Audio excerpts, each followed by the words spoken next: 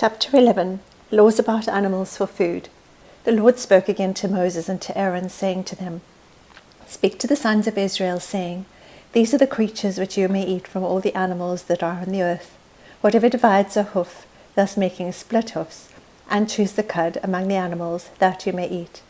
Nevertheless, you are not to eat of these among those which chew the cud, or among those which divide the hoof. The camel, for though it chews cud, it does not divide the hoof, it is unclean to you.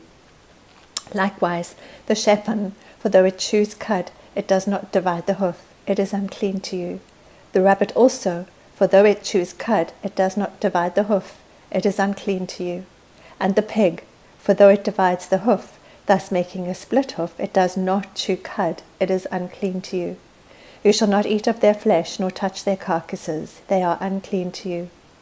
These you may eat, whatever is in the water, all that have fins and scales, those in the water, in the seas or in the rivers, you may eat. But whatever is in the seas and in the rivers that does not have fins and scales among all the teeming life of the water, and among all the living creatures that are in the water, they are detestable things to you, and they shall be abhorrent to you.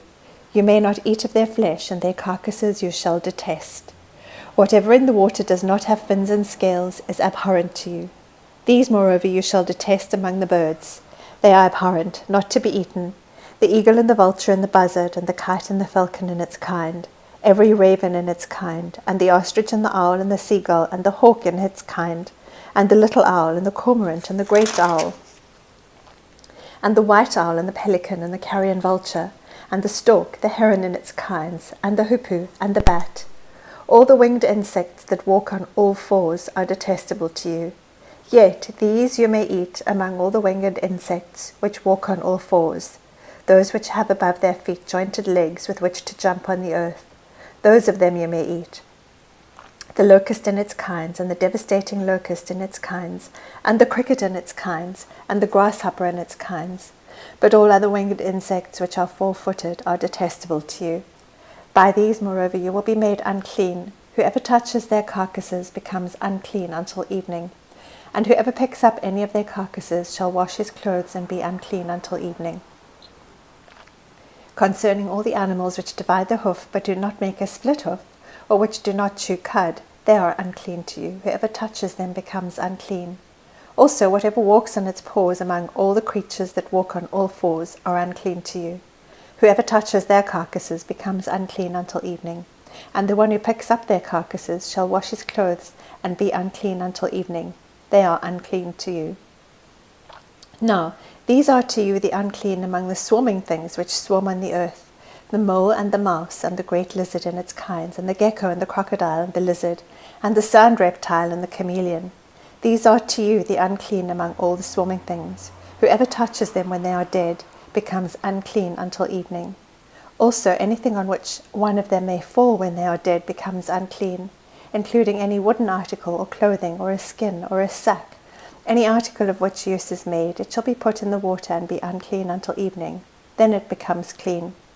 As for any earthenware vessel into which one of them may fall, whatever is in it becomes unclean, and you shall break the vessel. Any of the food which may be eaten on which water comes shall become unclean, and any liquid which may be drunk in every vessel shall become unclean. Everything, moreover, on which part of their carcass may fall becomes unclean. An oven or a stove shall be smashed. They are unclean, and shall continue as unclean to you. Nevertheless, a spring or a cistern collecting water shall be clean, though the one who touches their carcass shall be unclean. If a part of their carcass falls on any seed for sowing which is to be sown, it is clean.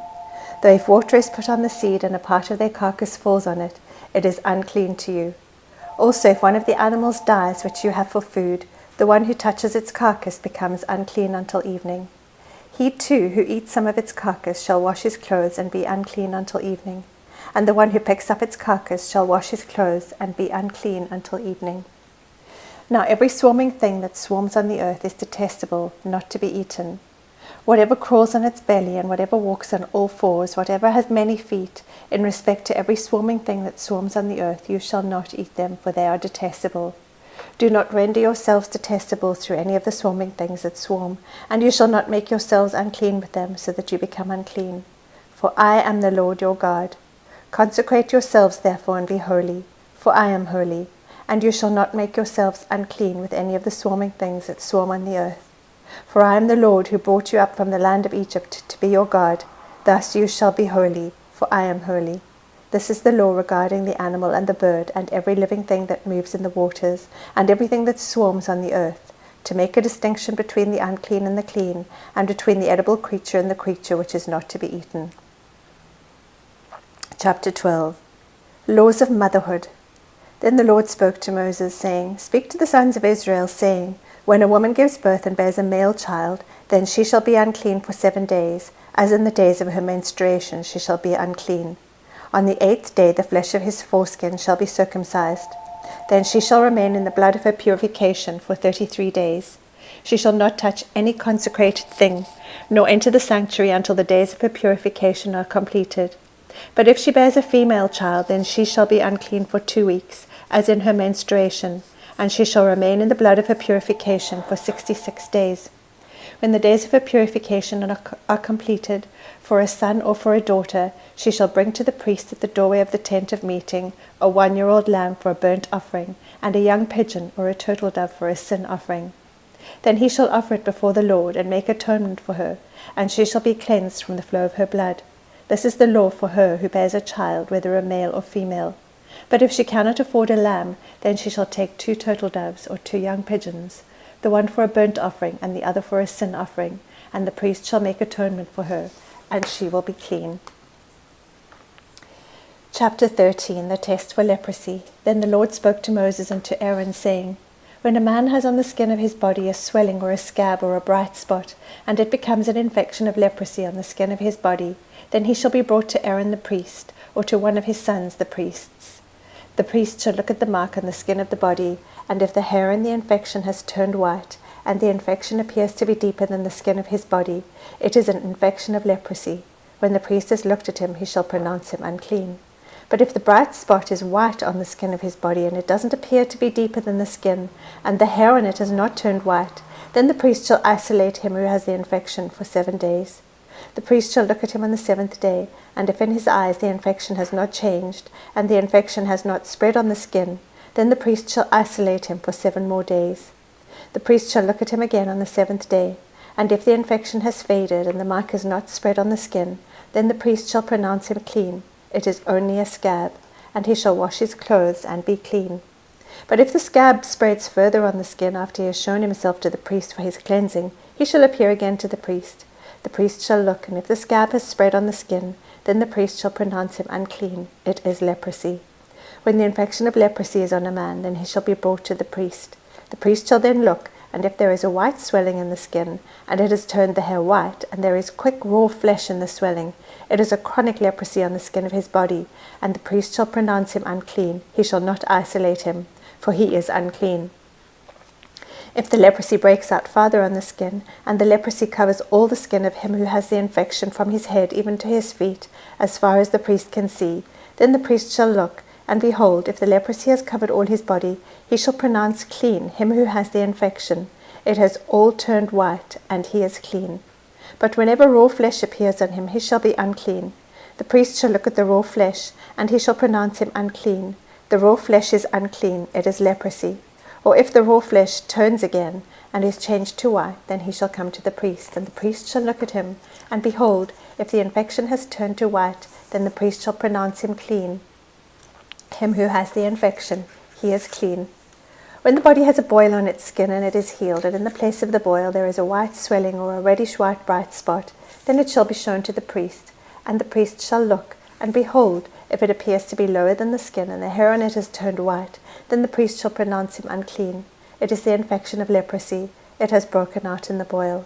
But if the priest looks at it, and behold, there are no white hairs in it, and it is not lower than the skin, and is faded, then the priest shall isolate him for 7 days. And if it spreads farther on the skin, then the priest shall pronounce him unclean. It is an infection. But if the bright spot remains in its place and does not spread, it is only the scar of the boil, and the priest shall pronounce him clean. Or if the body sustains in its skin a burn by fire, and the raw flesh of the burn becomes a bright spot, reddish white or white, then the priest shall look at it, and if the hair in the bright spot has turned white, and it appears to be deeper than the skin, it is leprosy. It has broken out in the bone. Therefore the priest shall pronounce him unclean. It is an infection of leprosy. But if the priest looks at it, and indeed there is no white hair in the bright spot, and it is no deeper than the skin, but is dim, then the priest shall isolate him for 7 days, and the priest shall look at him on the 7th day.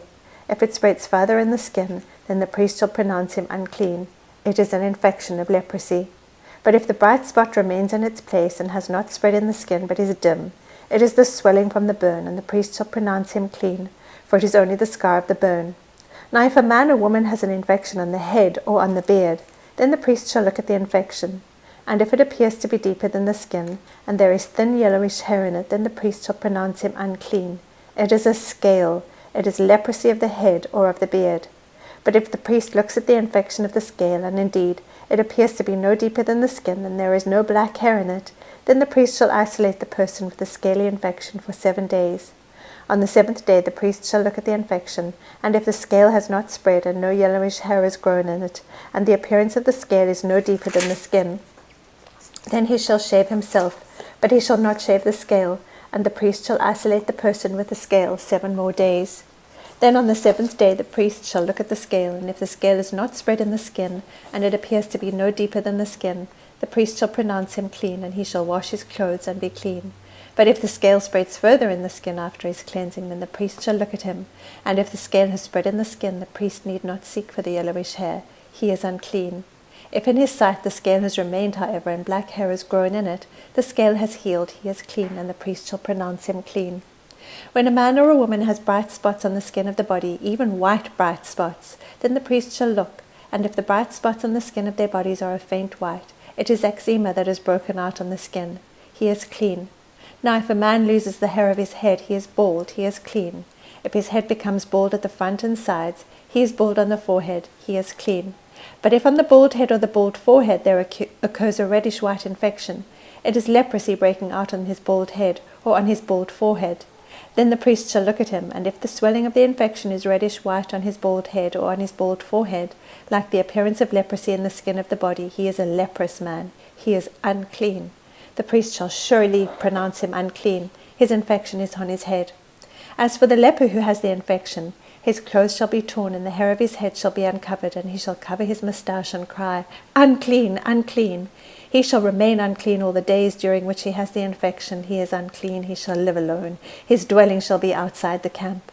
When a garment has a mark of leprosy in it, whether it is a wool garment or a linen garment, whether in warp or woof, of linen or of wool, whether in leather or in any article made of leather, if the mark is greenish or reddish in the garment or in the leather, or in the warp or in the woof, or in any article of leather, it is a leprous mark and shall be shown to the priest. Then the priest shall look at the mark, and shall quarantine the article with a mark for 7 days. He shall then look at the mark on the 7th day. If the mark is spread in the garment, whether in the warp or the woof, or in the leather, whatever the purpose for which the leather is used, the mark is a leprous malignancy, it is unclean. So he shall burn the garment, whether the warp or the woof, in wool or in linen, or any article of leather in which the mark occurs, for it is a leprous malignancy, it shall be burnt in the fire. But if the priest shall look, and indeed the mark is not spread in the garment, either in the warp or in the woof, or in any article of leather, then the priest shall order them to wash the thing in which the mark occurs, and he shall quarantine it for 7 more days. After the article with the mark has been washed, the priest shall look again, and if the mark has not changed its appearance, even though the mark has not spread, it is unclean. You shall burn it in the fire, whether in eating away has produced bareness on the top or on the front of it. Then if the priest looks, and if the mark has faded after it has been washed, then he shall tear it out of the garment or out of the leather, whether from the warp or from the woof. And if it appears again in the garment, whether in the warp or in the woof, or in any article of leather, it is an outbreak. The article with the mark shall be burned in the fire. The garment, whether the warp or the woof, or any article of leather from which the mark has departed when you washed it, it shall then be washed a 2nd time, and will be clean. This is the law for the mark of leprosy in a garment of wool or linen, whether in the warp or in the woof, or in any article of leather, for pronouncing it clean or unclean.